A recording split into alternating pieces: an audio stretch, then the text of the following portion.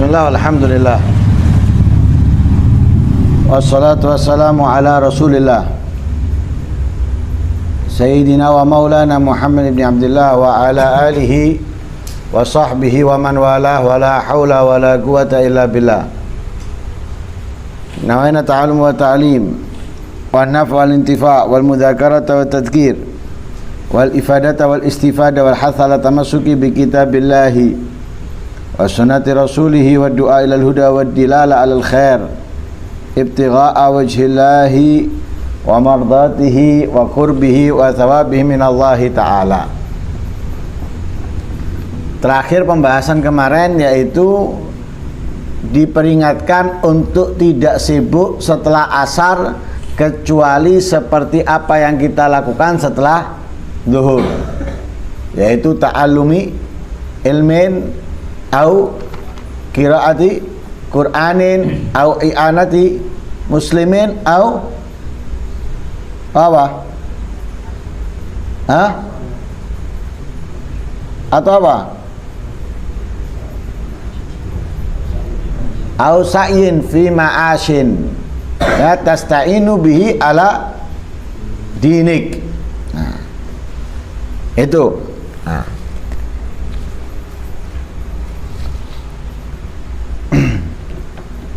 Nah, karena itu di sini diingatkan wala yang bagi tidak pantas,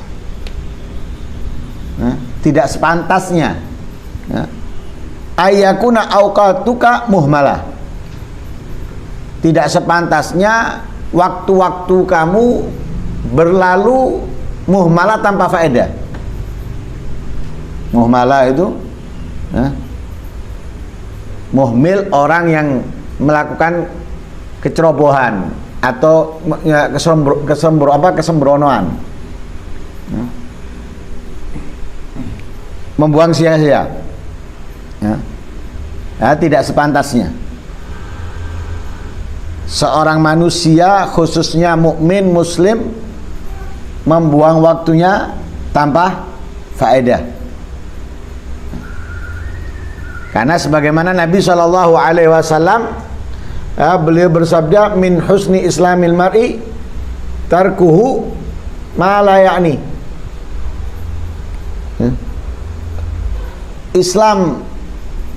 Keislaman seseorang yang baik itu ketika ia membuang, meninggalkan ma la ya'ni, segala sesuatu yang tidak berarti. Artinya semua yang dilakukan semestinya oleh seorang muslim mukmin yang berarti, yang memberikan kebaikan, yang memberikan kemuliaan, yang meninggikan derajat dan lain sebagainya. Itu yang semestinya dilakukan di dalam waktu-waktunya orang muslim ataupun mukmin. Nah, karena itu di sini diingatkan oleh Imam Al-Ghazali, wala yang bagi ayakuna auqatuka atau antakuna auqatuka muhmalah. Tidak semestinya waktu-waktunya kamu terbuang sia-sia, tidak berfaedah. Apalagi dengan tidur. Karena setelah asar itu makruh tidur. Bahkan ada riwayat yang menyatakan tidur setelah asar itu menyebabkan kesetresan. Kasih gambaran. Ente kalau tidur setelah asar, bangunnya gimana? Sumpek. Gak sakit tuh ya, beda kalau orang sakit. Ente tidak sakit, tidur setelah asar, bangunnya sumpek, kayak punya masalah, jenuh. Nah, karena itu dimakruhkan. Dan ini kalau dilakukan terus-menerus bisa menyebabkan kesetresan, bisa menyebabkan stres. Apalagi sudah tidur setelah asar, tidurnya nggak dipakai untuk qiyamul lail. Sudah tidurnya setelah asar, malam molor, tambah itu. Lah terus bagaimana? Fatastaghil fi kulli waqtin bima tafaq kaifa tafaq. Ya. Maka hendaknya kamu sibukkan di setiap waktu itu bima tafaq, dengan sesuatu yang kamu cocok, yang pantas. Seperti pembahasan kita tadi pagi. Ya. Setiap waktu itu ada waktu yang tepat untuk A, untuk B. Ya. Paham ya? Lah, sibukkan waktu kamu itu bima tafaq, dengan sesuatu yang pantas di dalam waktu itu, di saat itu. Kaifat tafaq, ya, bagaimana ya kamu bisa menyesuaikan ya, dengan ukuran, dengan kadar yang pas, yang cocok. Jadi amalannya pas, ukurannya juga pas. Ya, bima tafaq kaifat tafaq. Jadi kamu sibukkan waktu yang kamu miliki dengan sesuatu yang tepat, ya, dengan ukuran yang pas, yang tepat. Baliam bagi antu hasiba nafsaka. Bahkan kamu ini harus apa? Selalu mengintrospeksi diri kamu.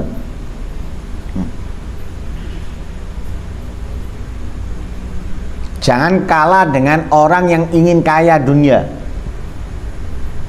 yang mana ia selalu ya, menghitung setelah tutup toko ya, atau setiap seminggu sekali atau setiap bulan sekali dihitung berapa dapatnya hari ini, keuntungannya ya, nanti dikalikan dalam seminggu berapa ya, dalam satu bulan berapa, dilihat, wah ini kurang, minus ya, dan lain sebagainya. Untung tapi dianggap minus. Kenapa? Dipertimbangkan dengan pengeluaran ini, pengeluaran itu. Loh, itu selalu pedagang itu selalu seperti itu ya, pembisnis selalu seperti itu.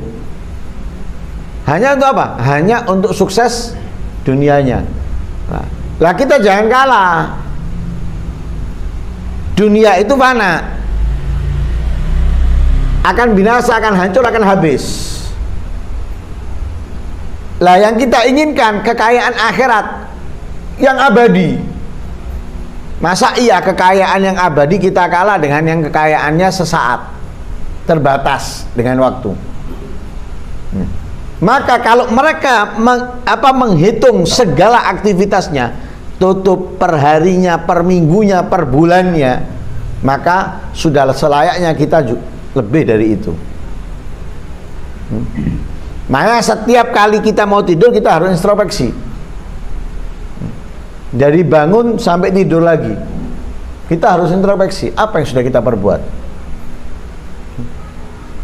Usia saya bertambah dengan detik, menit, jam, hari.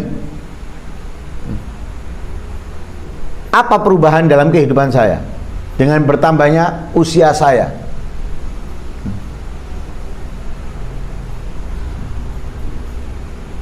Dihitung kebaikannya berapa jam, kemudian lalainya, kosongnya, bukan diisi dengan kebaikan, bukan maksiat, berapa jam, kemudian maksiatnya berapa. Lah gunanya untuk apa?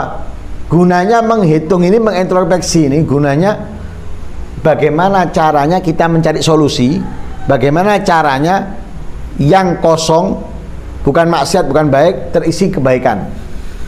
Bagaimana yang maksiat itu berkurang, habis. Akhirnya apa? Isinya kebaikan, kebaikan, kebaikan. Kita harus. Karena itu Sayyidina Umar bin Khattab mengatakan apa? Hasibu anfusakum qabla an tuhasabu.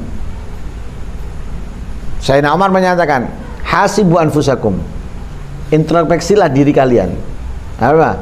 Ya, hitunglah apa yang telah kalian perbuat sebelum kalian dihisab. Ya, sebelum kita dihisab.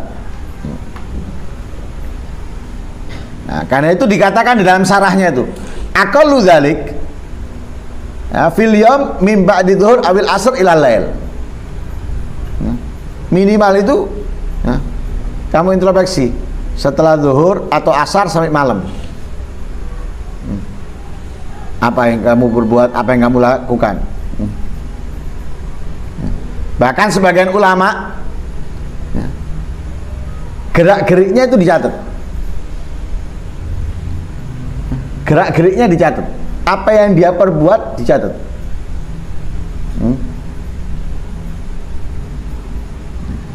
Kemudian nanti setelah asar atau sore dilihat apa yang telah ia perbuat tadi ini.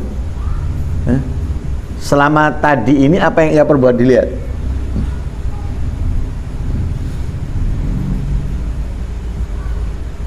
Lah, jangan dianggap itu nggak bermanfaat, sangat berguna.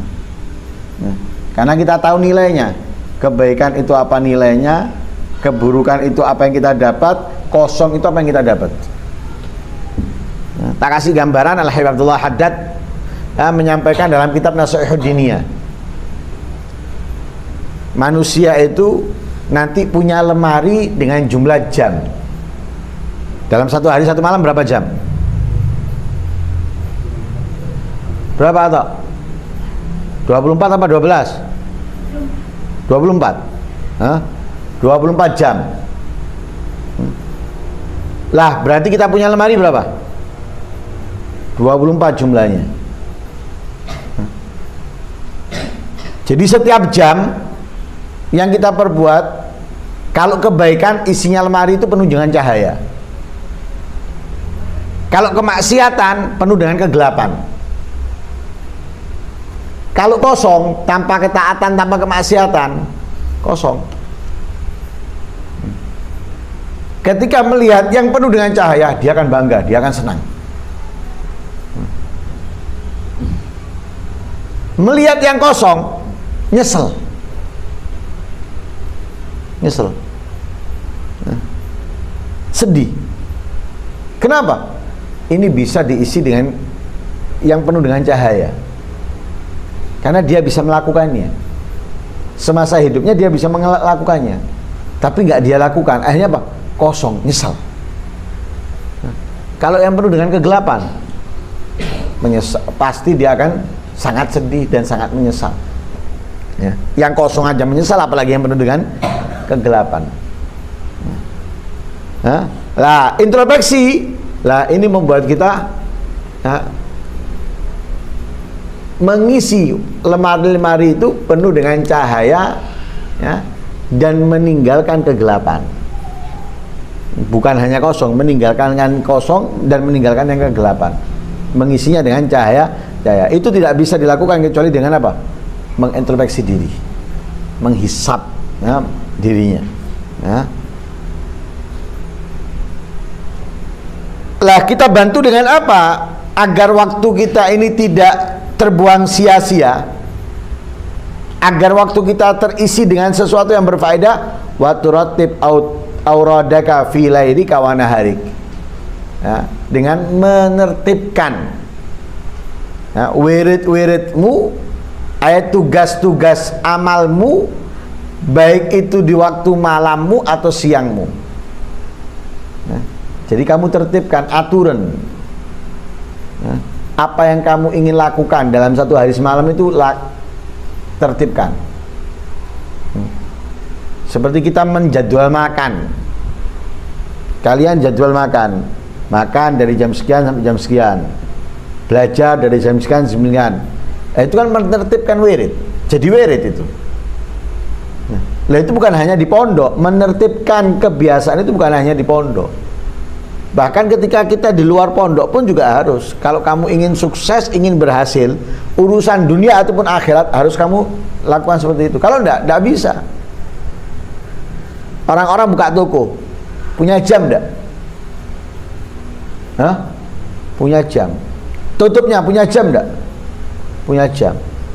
Nah, bisa laku. Tapi kalau buka tutupnya enggak ada jamnya. Kira-kira yang mau berangkat keluar rumahnya beli ya, itu yakin enggak? Enggak yakin, penuh dengan keraguan. Kalau lama kelamaan toko seperti itu, semakin ramai apa semakin sepi? Semakin sepi. Kenapa? Jam bukanya tidak menentu, jam tutupnya nggak menentu. Dan kebanyakan kalau sudah seperti itu, orang kecewa. Ke sana, tutup, balik. Ke sana, tutup, balik. Akhirnya,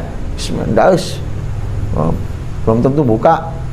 Kadang buka, kadang enggak. Padahal setiap hari buka, tapi masalahnya nggak menentu jamnya. Akhirnya membuat berkurang pembeli, ya, pelanggan. Sama dengan waktu selain sholat duha, apa kegiatan selain sholat duha di waktu selain sholat duha, apa kegiatan selain sholat duha di waktu itu, maka sisanya lakukan ini. Nah, kalau kamu nggak bisa mengajar, ya, ini. Kalau kamu nggak bisa ini ada 4 sudah dijelaskan oleh Imam Ghazali. Sampai waktunya zuhur siap sebelumnya, kemudian salat qabliyah, salat zuhur. Setelah salat zuhur, ini loh tugasnya, lakukan ini atau ini atau ini atau ini sampai asar, nah, lakukan ini, jangan ini loh. Diajarkan oleh Imam Ghazali caranya kita membuat menertibkan, ya, menertibkan, ya.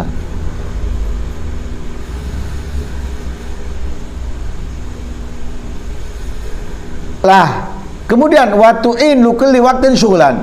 Tu'ayin, ya, watu'ayin likulli waqtin syughlan. Kamu tentukan setiap waktu itu adalah kesibukan atau tugas.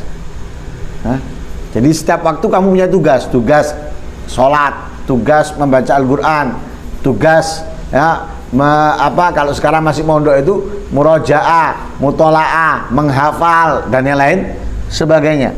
Tentukan setiap waktu punya tugas, ya, punya kegiatan. La tata'adahu, jangan kamu lewati. Ya, kamu sudah menentukan waktunya, tugas A jangan kamu tinggalkan. Ya, la tata'adahu, jangan kamu lewati, jangan kamu tinggalkan. Wala tu'thir fi siwa, jangan kamu pentingkan di dalam waktu itu selainnya. Ya, jangan kamu pentingkan, jangan kamu utamakan dalam waktu itu selainnya sudah. Jadi lakukan di waktu itu tugas yang telah kamu tentukan, jangan lewati, jangan pentingkan yang lain. Sudah, pentingkan tugas itu. Ya, pentingkan tugas itu. Nah, kalau sudah seperti itu, fabidzalika tadharu barakatul waqt. Maka dengan itu akan nampak keberkahan waktu. Nah, orang kalau dapat berkahnya waktu, itu amalannya banyak di dalam waktu yang singkat. Amalannya banyak, tapi dalam waktu yang singkat. Kita sekarang antara maghrib dan isya nggak bisa melakukan banyak kita. 1 juz, kemudian rotib sudah isya. Nambah dengan yang lain nggak bisa. Kenapa? Kita mau antara maghrib dan isya baca ini, baca aja. 1 juz, rotib, surat ini, surat itu, tidak bisa. Kenapa? Sudah isya. Tapi kalau kita mendapatkan keberkahan waktu, 1 juz bisa kita baca, ya, rotib bisa kita baca, dan surat-surat yang lain pun bisa kita baca. Waktunya sama antara maghrib dan isya. Tapi bedanya orang yang mendapatkan keberkahan waktu, walaupun waktunya sama, tapi dia bisa melakukan banyak hal. Paham ya? Ya. Tapi kalau orang nggak punya dapat waktu, tidak bisa, ya, tidak bisa melakukan banyak hal dia di dalam waktu itu. Ya, 1 tok atau 2 nambah tidak bisa. Tapi kalau orang punya keberkahan waktu, ya, bisa banyak dia dapat. Ya, ya, bisa banyak dia dapat. Nah, dengan apa kita bisa mendapatkan keberkahan waktu? Nah, dengan mengatur tadi itu, ya, menertibkan, ya, apa yang kita lakukan di setiap waktunya, kemudian kita pentingkan yang sudah kita tentukan, tidak kita lewati. Nah, nanti kita akan bisa mendapatkan keberkahan waktu. Bisa mendapatkan keberkahan waktu. Fa'amma idza tarakta nafsaka sudan muhmalan ihmalal bahaim la tadri bimadza tastaghil fi kulli waqtin fayanqadhi aktsaru awqatika dha'i'a wa awqatuka umruka wa umruka ra'su malika wa alaihi tijaratuka.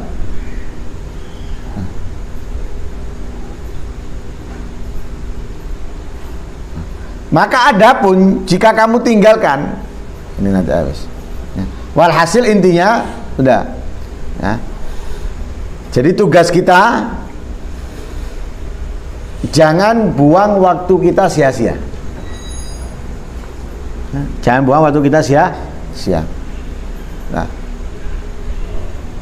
dengan cara tentukan setiap waktu tugas kebaikan ketaatan yang kita lakukan dengan ukuran yang kita mampu melazimi, nah, dan jangan tinggalkan yang sudah kita tentukan di jam itu untuk kita melakukannya, dan jangan pentingkan selainnya.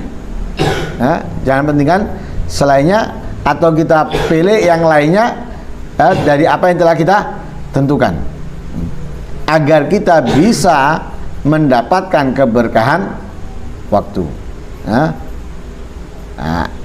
Mendapatkan keberkahan waktu itu nikmat, seperti yang didapatkan oleh para aulia. Para aulia itu mendapatkan keberkahan waktu yang luar biasa. Makanya mereka itu ada yang kita baca Fatihah mereka bisa menghatamkan Al-Quran. Bisa itu tanda keberkahan waktu. Bayangkan kita Al-Fatihah, dia hatam Al-Quran. Lah kita untuk 30 juz butuh berapa lama? Dengan bacaan kita Fatihah, bacaan kita Fatihah, si wali bisa menghatamkan Al-Quran. Itu tanda keberkahan waktu. Nikmat. Makanya kadang kita ini mikir, kok bisa ya? Sedangkan kita seakan-akan nggak punya waktu. Saya nggak bisa. Yang ini, yang itu dan sebagainya. Kalau mereka kok bisa? Lah itu bedanya. Mereka sudah mendapatkan keberkahan waktu. Tandanya mereka itu sudah menertibkan waktunya. Kapan tidur, kapan bangun, apa yang dilakukan dan lain sebagainya. Semoga kita bisa mendapatkan keberkahan waktu dengan memanfaatkan waktu yang kita miliki dengan sebaik mungkin. Amin Allahumma amin. Wassallallahu ala sayyidina Muhammadin wa ala alihi wasallam. Alhamdulillahirabbil alamin. Al-Fatihah.